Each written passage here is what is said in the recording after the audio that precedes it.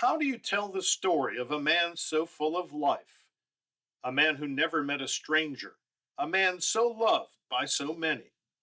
You do it by going back to Whitmire, South Carolina, where Stan Elrod's story began.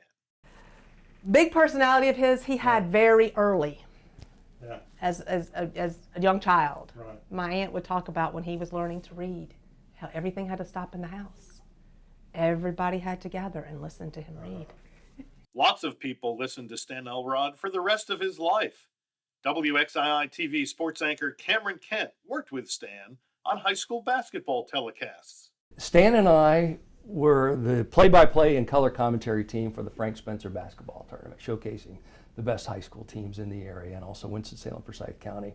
And I don't know if you've ever done basketball with Stan, it's really easy duty. All you pretty much say is good evening and let him go.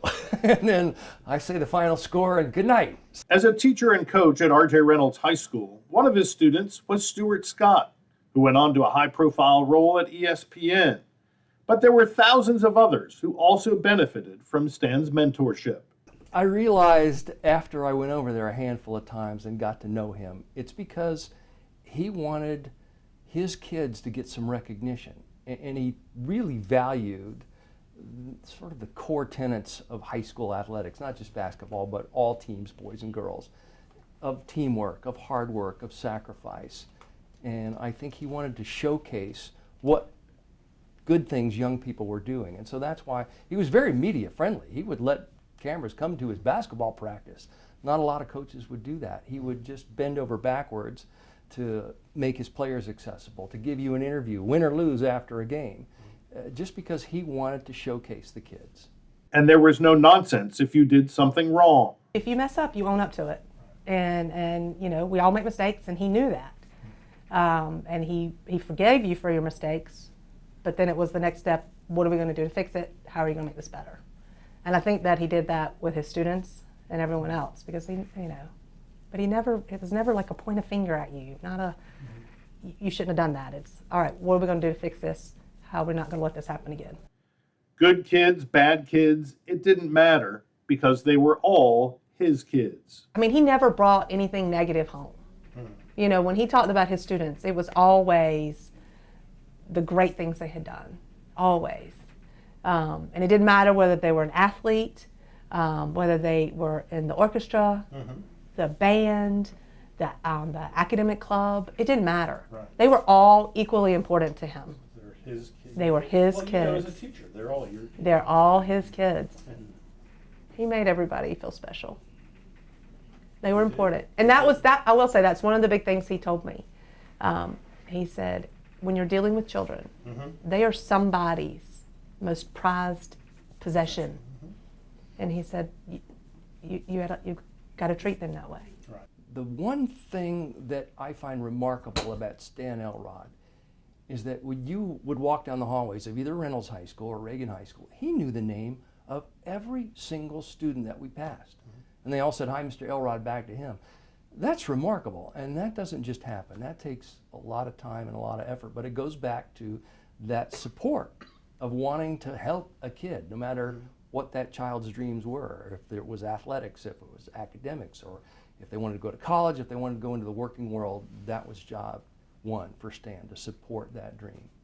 Stan interacted with students not only in the hallways of Reynolds and Reagan high schools, but also on any occasion when the students became former students.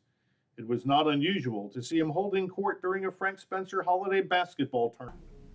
The pure excitement that his former students would get when they saw him, you know, it didn't seem normal to me. I mean, most of the time when you see your administrator or a teacher or whatever, you're like, oh, you know, you kind of shy away from it, especially the high school kids.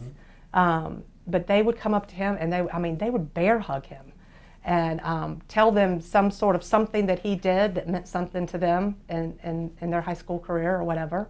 And he would, you know, go right into that conversation with them. He remembered it. It was really remarkable about him. Stan treated the Spencer tournament as his own child, but when it came time for his first grandchild to be born, Only he could come up with a name for that grandbaby to call him. Grandstand.